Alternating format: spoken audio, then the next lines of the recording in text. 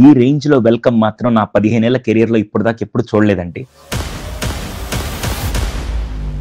అసలు కోలాటాల మధ్య, పిల్లల కేరింతల మధ్య నెక్స్ట్ లెవెల్. అసలు చాలా మంది పేరెంట్స్ ఏమనుకుంటారంటే 10వ తరగతి అయిపోయిందనగానే పిల్లల్ని అటు ఐఐటి, నీట్, అకాడమిక్ ఎక్సెల్ మాత్రం ఫోకస్ చేయాలనుకుంటారు. కానీ వాస్తవం చాలా డిఫరెంట్ గా ఉంటుంది. 15 నుంచి 17 ఏళ్ల వయసు అంటే ఆ టైంలో కేవలం ఎడ్యుకేషన్ మాత్రమే కాదు, వాళ్ళ లోపల జరుగుతున్న ట్రాన్స్ఫర్మేషన్ కూడా మనం అర్థం చేసుకోవాలి. ఈ వయసులో చాలా మంది అటు హార్మోనల్ షిఫ్ట్స్ కానీ, బాడీలో జరిగే చేంజెస్ కానీ, ఎమోషన్స్ కూడా ఎక్కువగా తక్కువగా ఉండడం, అలాగే ఏదో ఒకటి కొత్తగా చేయాలన్న క్యూరియాసిటీతో కూడిన ఛాలెంజెస్ అవన్నీ ఆ టైంలో ఉంటాయి. అప్పుడు కేవలం వాళ్ళని ప్రిపేర్ చేయాల్సిన ఎగ్జామ్స్ కి మాత్రమే కాదు, వాళ్ళ గురించి వాళ్ళు తెలుసుకునే విధంగా చేయాలి. ఈ రోజు ఈ పేరెంటింగ్ సెషన్ ఎన్ఆర్ఎస్ కాలేజ్ లో ఆర్గనైజ్ చేస్తున్నప్పుడు కూడా చాలా మంది వచ్చిన పేరెంట్స్ ఏమనుకున్నారంటే ఈయన కూడా ఎలా చదవాలో కేవలం ఇది మాత్రమే చెప్తారనుకున్నారు. కానీ being a psychologist and motivation speaker గా నేను ఈ రోజు ఈ వయసులో వచ్చే డిస్ట్రాక్షన్స్ ని ఎలా హ్యాండిల్ చేయాలో మాట్లాడాను. అలాగే భయాన్ని ఎలా ఎదుర్కోవాలి, ఫీలింగ్స్ ని ఎలా చూసుకోవాలి, అలాగే ఈ వయసులో చేసే చిన్న చిన్న పొరపాట్ల వల్ల జీవితం ఎలా ఎఫెక్ట్ అవుద్ది, ఇవన్నీ అక్కడ మాట్లాడడం జరిగింది.